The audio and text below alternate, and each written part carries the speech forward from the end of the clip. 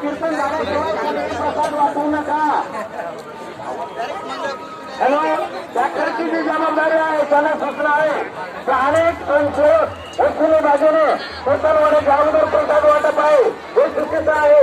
आपल्याला गिरीशमुख वापराचा नोंद करायची असल्याने फक्त 8 ते 10 मिनिटांमध्ये लाखो भाविकांना प्रसाद वाटायचा आहे। त्यामुळे कुणालाही प्रसाद हाऊस्टा करू नका ही विनंती आहे। डॉक्टर जे स्वयंसेवक आहे कृपया आपण नातेवाईक मित्रमंडळी यांना बुंदीचा एक कण सुद्धा देऊ नका। स्वयंसेवक यांना विनंती आहे की आपला तो प्रसाद वाटायचा आहे तो पंक्तीमध्ये बसल्यानंतर एक नट बुंदी आणि एक नट सोडा हा द्यायचा आहे। दत्त प्रसाद एकदाच मिळेल याची कृपया नोंद घ्यायची आहे।